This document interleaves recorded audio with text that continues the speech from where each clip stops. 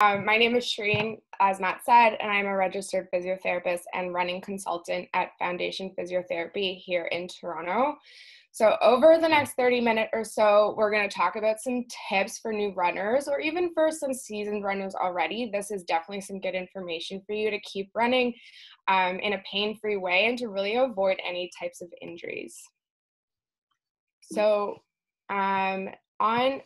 like Matt mentioned earlier, at the end of today's webinar, we will be giving out a prize pack to help you running again with no pain.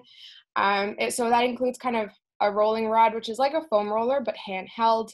We'll give you some massage balls and an exercise band for you to work on some strength, as well as a $50 gift card that you can redeem towards any treatment at the clinics. So stay tuned to know if you're the one that wins. So a little bit about me before we jump into the webinar. I was born here in Toronto, but I went for my master's in physiotherapy at McGill University.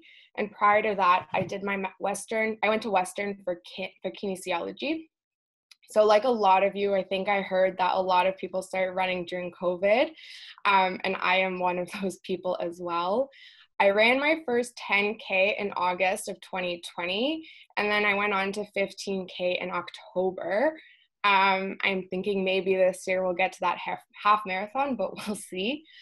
I grew up pretty athletic and have dealt with my fair share of injuries. And most recently, about 3 years ago, I suffered a complete tear of my ACL, which is a ligament in my knee.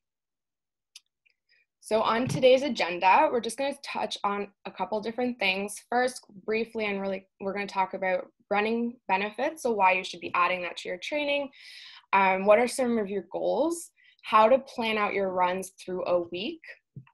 Why you should include a warm-up and think about a run-walk program, as well as the importance of strength training, as well as rest days. So Matt already kind of covered this question, was a little bit ahead of me, so I'm gonna skip it. But here's some benefits of running. So when we're talking about running, we're thinking of it helps improve the health of your heart, your lungs, helps with that in building that endurance. It also helps build strong muscles, mostly in your core and your legs. It helps also to build a nice sense of community. Right now it's a little bit all virtual, but usually Toronto has some pretty good running groups that you can go join for it to be a little bit of a social activity. It also helps build strong bones. And finally, my fifth tip, Matt might not agree with me, but running makes people happy. It changes your mood. And if you've ever heard of a runner's high, it's a real thing. It's definitely why I put running into my schedule.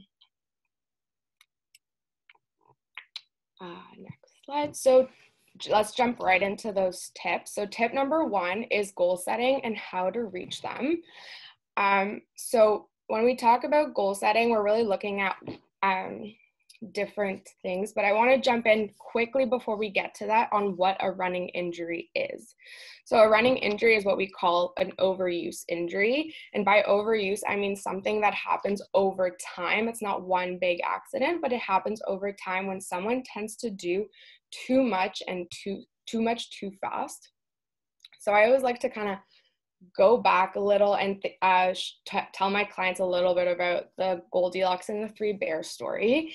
And if those of you aren't too familiar about it, it's about a little girl that goes into the house of a bear family and goes to eat their porridge and tries each one of them until she finds the one that she likes. So Mama Bear's porridge was too cold, Papa Bear's was too hot, and then Baby Bear's was right in the middle. And I kind of like thinking of this using it for running injuries because we don't want to be running too little to see no change. So that would be your cold porridge, but you also don't want to be running too much to the point where you're getting injured and you have to stop running for a period of time.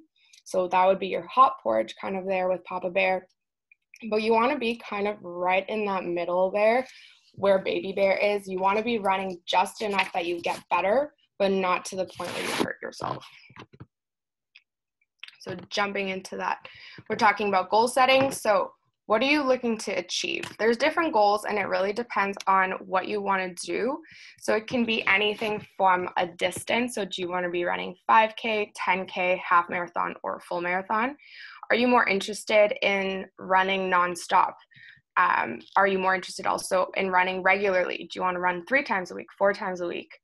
Or are you looking more just to get faster, get a PB? Or finally, another good goal is entering races. Right now, races are mostly virtual, but hopefully we can get back to that atmosphere in person again, because it's definitely something to experience. And if, for example, distance was your goal, if you're looking to reach a certain distance, here are some kind of timelines that I like to kind of share with you guys. I got this from a course that I took back in September, and it gives you kind of a good general timeline on how long it's going to take you to reach these distances safely. So for a 5 kilometer, it's going to take you about 8 to 12 weeks to train.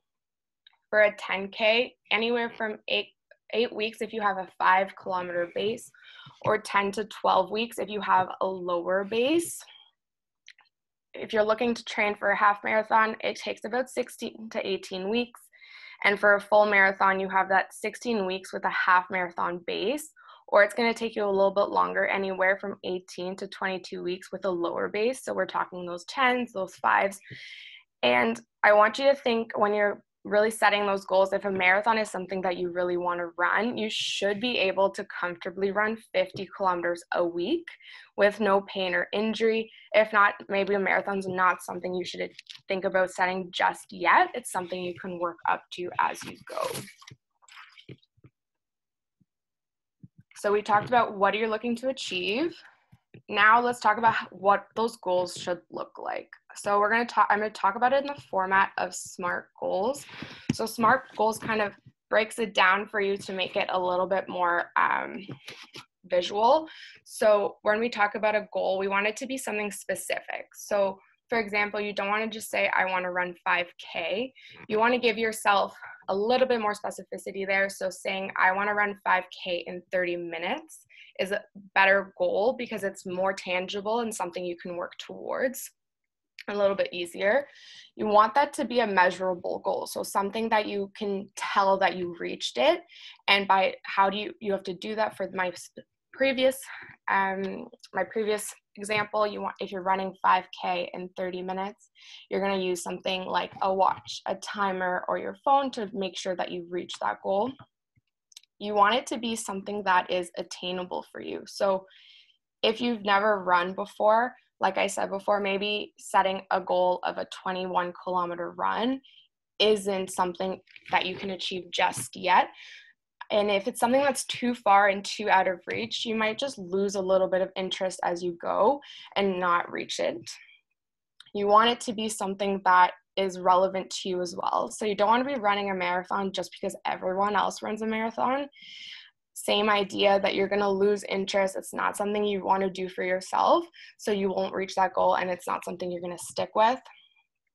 And finally, you want to give yourself a timeline for this goal. So I want to run 5K in 30 minutes in less than 6 months or less than 6 weeks, whatever seems achievable. It gives you an end date and it gives you something to work towards. Races are also a really good way to give yourself a timetable. So I have some clients that, for example, have a goal of training for the Scotiabank Marathon, which I think is in October. So that is a good thing to kind of look forward to and kind of how you're going to organize your training. So we've talked about how to set up those goals and what they should look like. And then how do you make sure that you stay and stick to them? So I got 2 tips for you here. So the first is going to be tracking your runs. You want to help track your runs because it helps keep you motivated and accountable, because you can go back, you can go check what you did, check your time, check your distance, which also lets you know if you've progressed.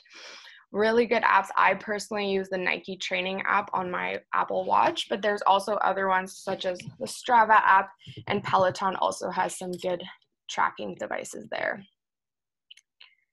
And finally, just finishing up this tip is how to stay accountable and motivated when you've set those goals. So different ways to make sure that you get to those goals. First off, have an accountability buddy. So find a friend that you want to run with that will run the distance with you, or join a group once they become in person.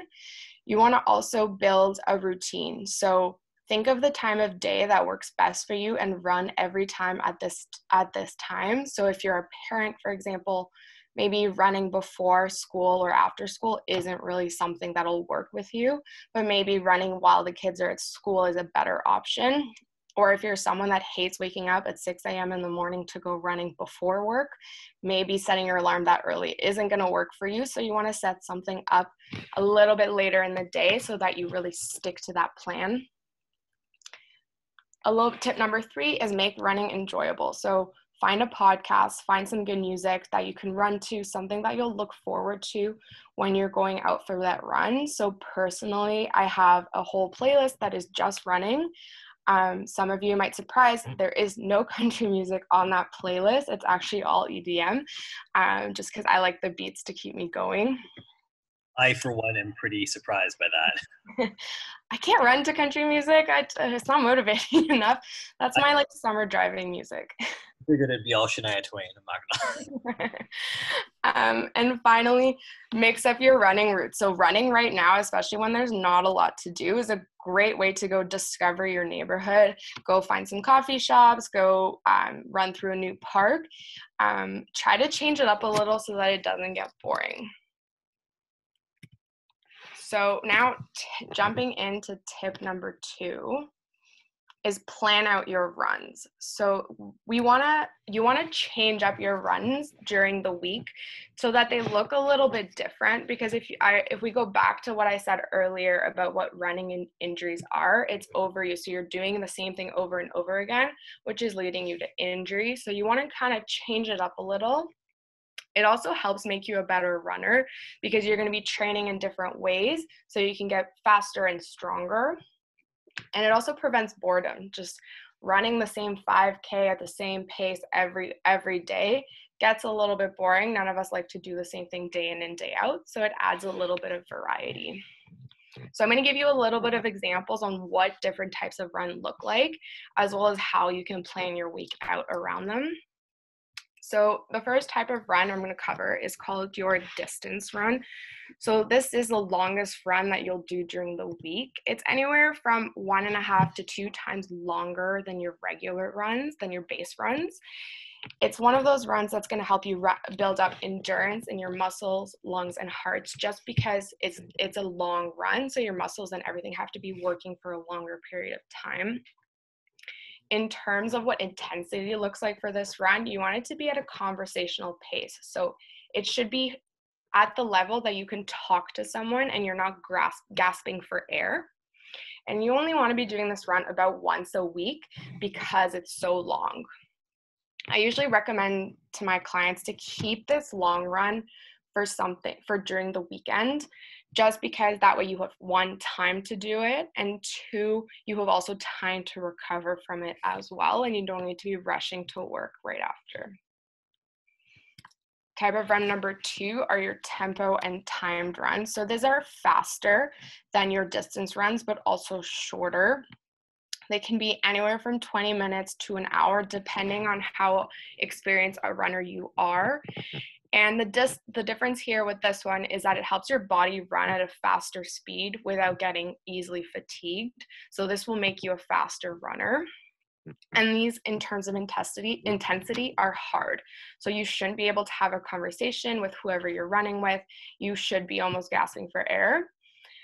And in terms of frequency, anywhere from once to twice a week is a good way to integrate these into your daily runs. Type number 3 is your speed and interval runs. So these are also faster runs, but the difference between this and a tempo run is that you will have short intervals of hard running, followed by longer intervals of just slower jogging or some walking, depending on what your fitness level is like. This helps improve your endurance and strength, so you become, again, a faster runner. And these are also hard. So you shouldn't be able to hold a conversation with someone. And you should be looking at putting these in once to twice a week. These are some fun runs too, because you can change them up. You can make them some sprints, you can make them hill runs, or you can even make them stair runs. So these ones are really up to you to what you decide to do. And finally, the last type of run I'll cover here is a recovery run. So these ones are relatively short, and they are runs to help improve your endurance, but they don't take away from the performance that you're going to have on those faster runs.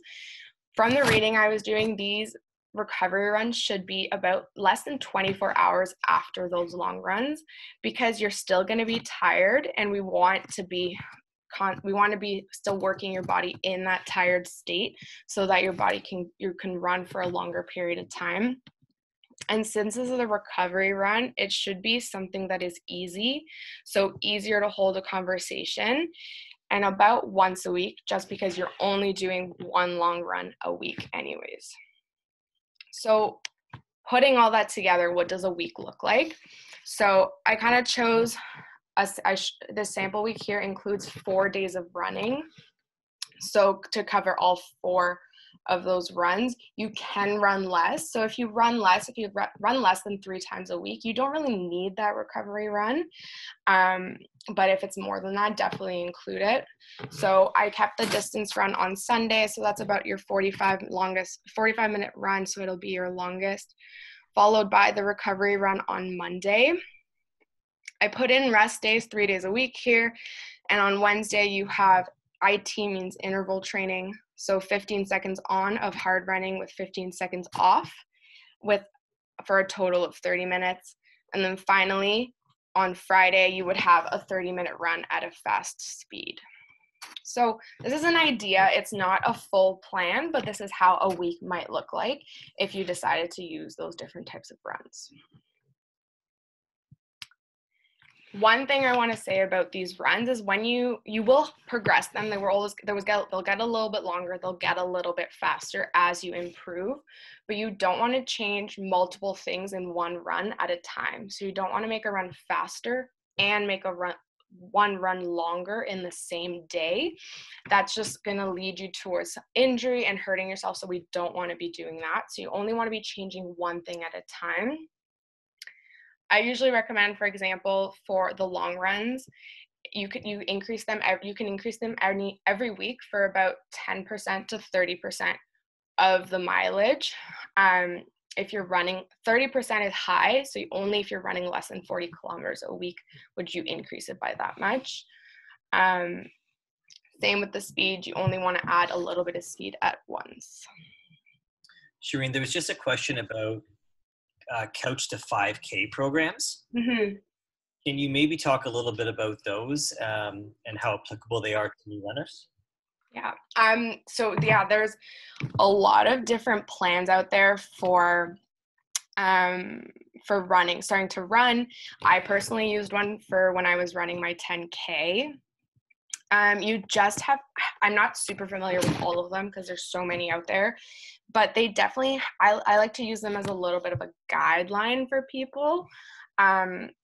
Sometimes I find that they start a little bit too fast and too hard, or they go too slow. And sometimes they don't give rest days. So I do encourage, if you look through those couch to 5K, that they do include rest days so that you're not running every day. If you guys are interested, if you want to email me or shoot me an email or shoot me like a DM on Instagram, I can definitely send some good ideas. I personally like the running clinics plans because they're physios, they all work with running, so I kind of like them better because they're a safe progression for new runners. Does that answer the question?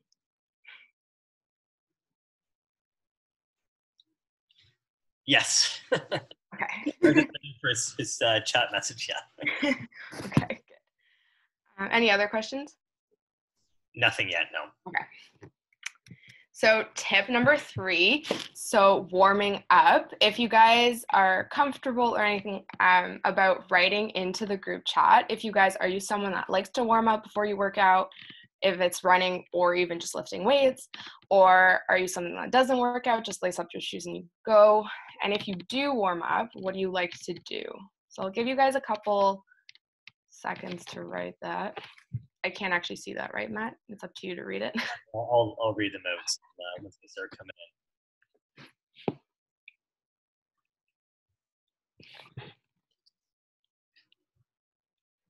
Dynamic warm-ups, some fast walking. Love it. Okay. Yeah, a lot of walking, then run, little kind of walk warm-ups. Not a lot of people like to stretch beforehand. I know. I'm definitely one of those. Some people do stretch their calves and their shins or their calves because they get shin splints. Mm-hmm. Perfect. Okay, so those are some really good answers. For those of you who do not warm up, I'm here to tell you that it's going to change your life. I literally had a client tell me that it changed her life. So basically what the goals of a warm-up is, regardless of what exercise you're doing or what sport you're playing, the goals are pretty much the same. You want to be increasing your heart rate before you head out for that run. It's going to help you increase all the available movement that you're going to have at the different joints, especially in your hips. And you want to it's going to prepare your muscles for the activity that is going to come. So I heard someone say dynamic stretching, and that is correct. So that's what I want a proper running warm-up to look like.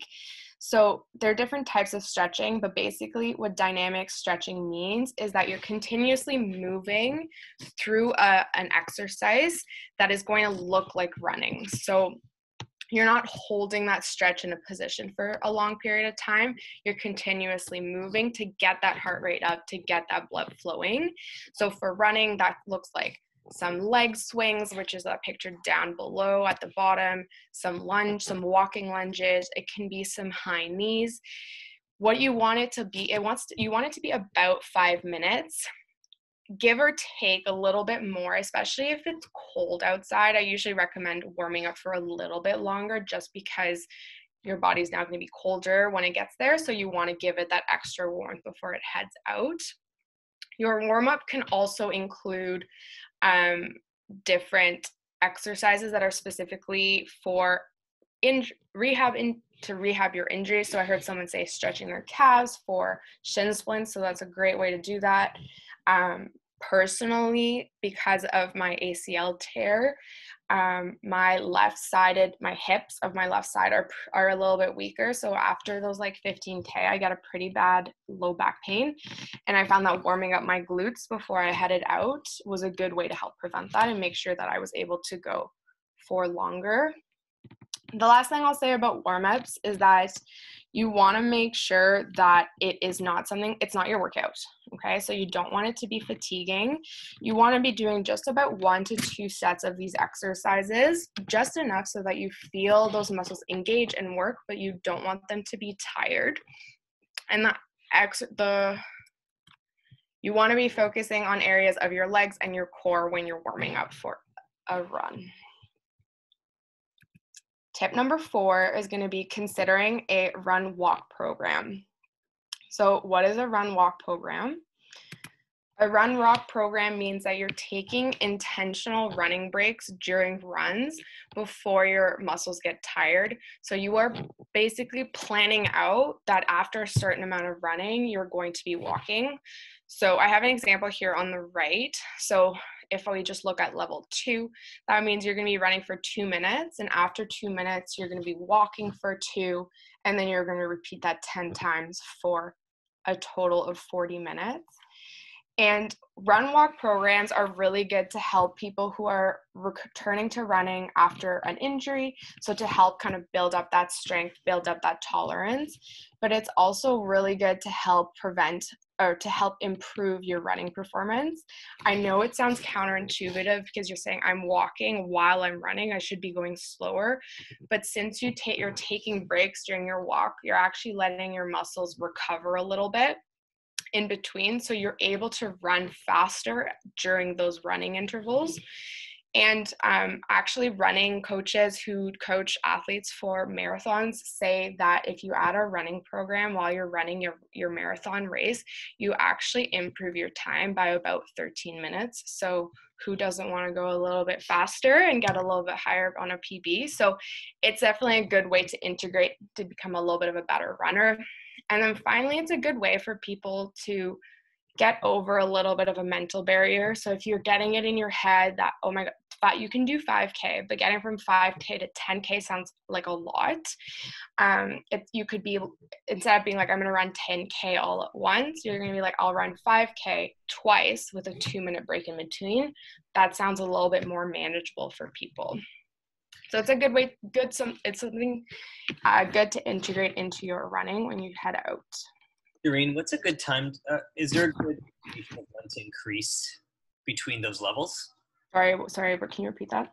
Is there a good indicator or outcome measure that could help us learn when to increase between those levels? Yeah, so if I use running, if you say recovering from an injury, what I usually tell my clients is that you should be able to do 2 consecutive runs at that level. So if I go back to that level 2, so that means 2-minute on, 2-minute walk, you should be able to do 2 consecutive runs at this level without feeling pain during or after your run.